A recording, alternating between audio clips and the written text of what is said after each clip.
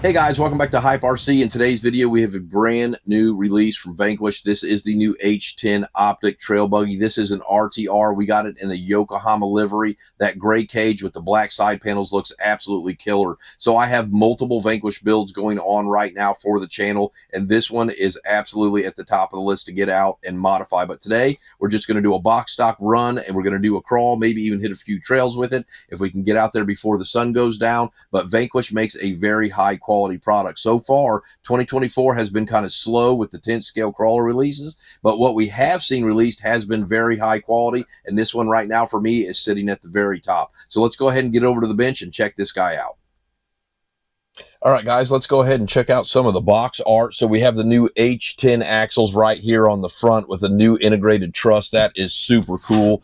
Looks like we have the VFD transmission, another diagram of the front and rear axles here. Very nice setup with the VFD transmission, low center of gravity. Looks like we're ball bearings all the way throughout. So they did a great job with the box art. Looks like it's licensed Sparco right here with the driver ABS body panels, the new Geolander tires on this. So let's go ahead and get this box popped open. All right, guys, here she is, and it looks absolutely amazing in person. Lots of really nice detailed livery on the side of this vehicle. Let's take an up-close look at what comes out of the box. We'll start off with the VT1 remote. This is a very nice digital remote. It does have steering trim, throttle trim, dual rates for both. It does actually come with the 4 AA batteries for this remote. It's not the easiest thing to drive one-handed if you're going to do filming, but all in all, for an RTR remote, this is extremely nice. Here's the 4 AA batteries. So this does not come with the LiPo, but it does come with the batteries for the remote. You will have to provide a LiPo yourself. Looks like we got a little bag of goodies here, some transmission parts, and then some shims and a T-wrench. It looks like we also got a little decal sheet to go ahead and dress up some of the livery and numbered if you would like. Some information on the Hobbywing 1060 ESC, that's exactly what that is. And then it looks like we got a nice detailed manual on the VT1 remote. This will teach you how to set it up, power it up, put the batteries in, and then a very nice user's manual. It's not the most detailed manual I've seen, but it is color. It does have some exploded views and part numbers in it, so this will get you started for sure. And then, of course, we got the rig itself. Let's go ahead and take an up-close look at the H10 OPTIC. Let's start off by taking a look around the outside of this rig first. So we have ABS panels, ABS chassis. We have an ABS driver and Sparco logoed seats and steering wheel in this, which is very sharp. They say a 13.26 wheelbase on this rig. It measures out more to like 13 1/8 to me. We have the Yokohama Geolander tires that are very sticky and nice. The foams do feel a little bit stiff to me. These are actual bead locks, so you can go ahead and change those out as well. On the front end, it has a Jeep-esque look. No lights in here. I'm pretty sure they're going to have a kit that comes out for that very soon. And then the new H10 front axle with the integrated truss steering link on the front, stainless steel, super sharp looking, lots of nice clearance here for a straight axle on the front. It looks like we got the Incision 4 oil-filled big bore shocks all the way around on this rig. Very nice. Looks like we also got a fuel cell on the back with the red caps. Red cap here on the rear axle as well. Extra stiff ribs on this. These axles look absolutely amazing. So on the front end here, you can actually swap out these bump stops for a different set of axles and a panhard, which I have no idea why you would ever want to do that. This is the reason I bought this rig, is because the new H10 axles. These are amazing, and if you wanted to swap them out, I just think that's a little bit crazy in my opinion. Let's go ahead and take a look on the inside of this rig. So to get to the inside, you have to remove this body pin right here. So you pop that off, and then there's a very long pin that comes down, which allows you to pop these door panels off, and this is where the battery goes. So very nice. This is on both sides. They only give you 2 straps, and you can choose which side, maybe to balance out the weight. Now here's the Hobbywing 1060 ESC XT60 connector. We have the VFD transmission with the 35-turn brush motor in here. Now I plan on swapping this out to the one that has selectable overdrive and the dig on it, just like my Capra, and we're going to get this thing up to par very quick. So the door comes off on the other side as well. So you pop that pin out, push this pin down, and then you can go ahead and take the body panel off, and then you can go ahead and swap those Velcro straps if you want to put your battery on this side as well. Now there are servo mounts right here in the back for that transmission I was talking about. You'll have to pop off this ESC, and then there's some removable plates, and you can go ahead and mount up 3 different servos on the back here. Looks like we got a very nice radiator as well. And then they have a power pump back here for the air. So they have done just a great job with this whole build. I absolutely love it. So let's go ahead and take a look underneath this rig as well. So we do have 4-link on the front and rear of this vehicle, big beefy lower links, 3mm upper links. That does not concern me on this rig at all. I really like how much clearance you have on these H10 axles. They are very nice, as much clearance as you could possibly get on a straight axle. We do have the plastic drive shafts. I've never had a problem with those on any of my Vanquish vehicles before. I love how far up and back they have this servo protected. So under extreme conditions, maybe you get into that, but other than that, this is very well protected. Love the VFD skid plate, very flat, very smooth to be able to crawl over the top. I really like plastic skids over aluminum ones anyways, because they don't grab and grind as much. I think that you're much more likely to slide over the top of rocks with the plastic skid than you are aluminum one, and axles for that matter too. So I really like what they've done with these H10 axles and this rig in general. They've done an absolutely fantastic job with this rig. Now that I got the battery charged up, let's get a quick weight on our rig. I do have the battery installed on the driver's door panel. So right now we are sitting at 54% in the front with 46% in the rear, and an exact 50-50 left to right with a total of 2,577 grams. So it is a little forward biased. I would like to get some more weight up front, but now let's go ahead and hit the rocks.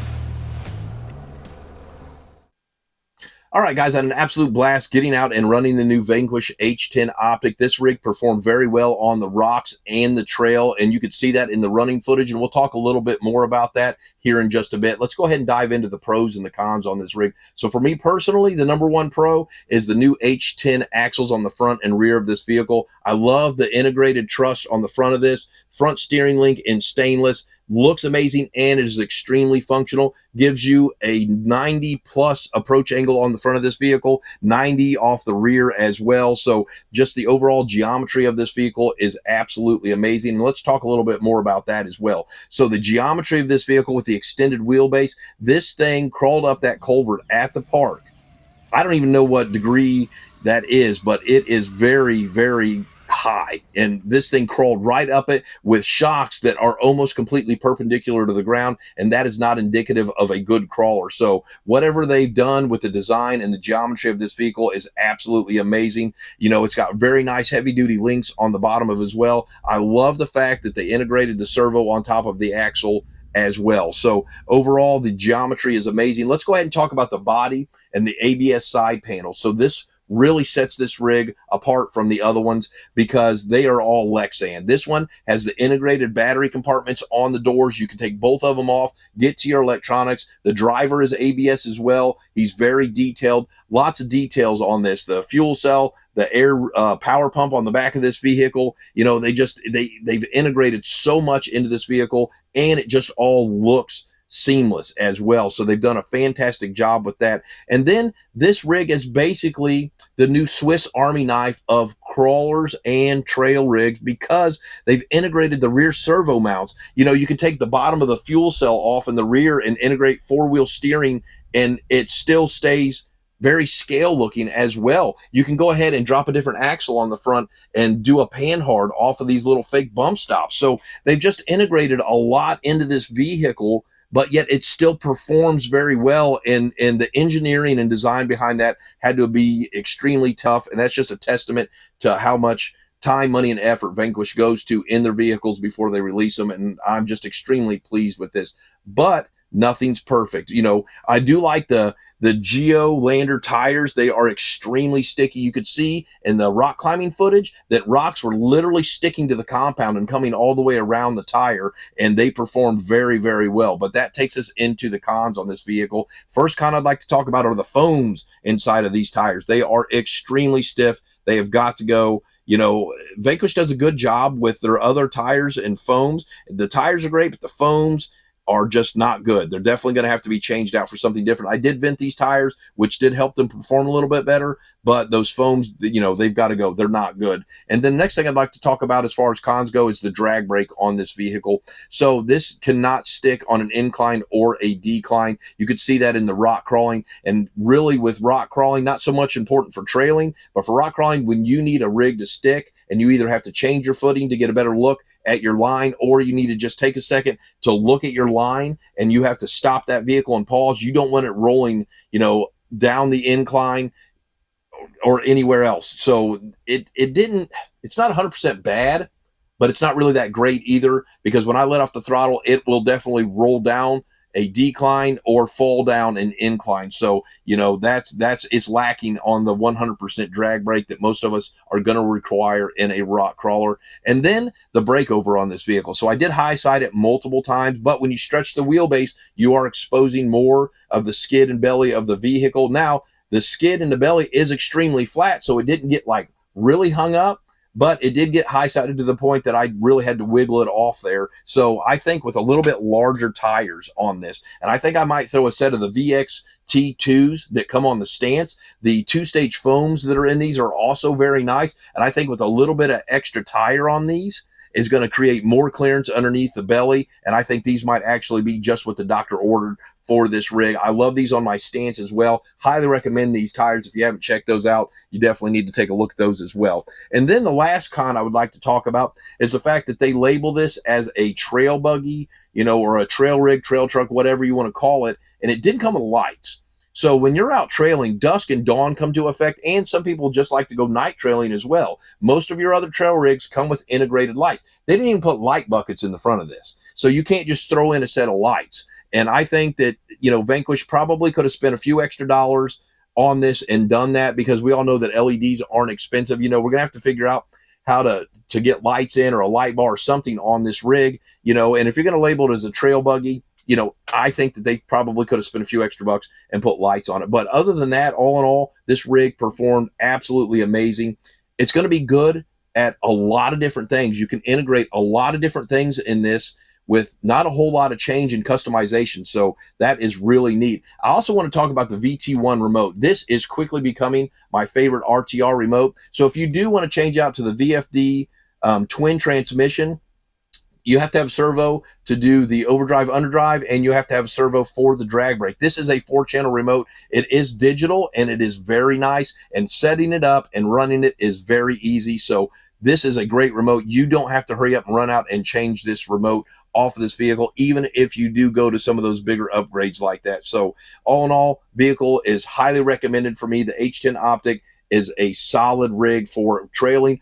and for crawling. We're going to go ahead and do a major upgrade video on this and turn this thing into an absolute beast and run it versus the Capra Axle 1.9, and that thing is a beast as well. And we're going to see which one performs well, better on crawling. That's two set up for rock crawling, so we're not going to be able to trail that rig, but we're going to set this thing up so it does both, which is, a testament to why this rig is so cool, because you're going to be able to throw the VFD twin transmission in this and be able to trail on that 6% or climb on the 40+% overdrive that transmission has in it. So highly recommend this rig. Don't forget to support your local hobby shops. Bash, crawl, repeat. Hit that subscribe and like button for me and ring the bell so you can catch my next video. We'll see you next time.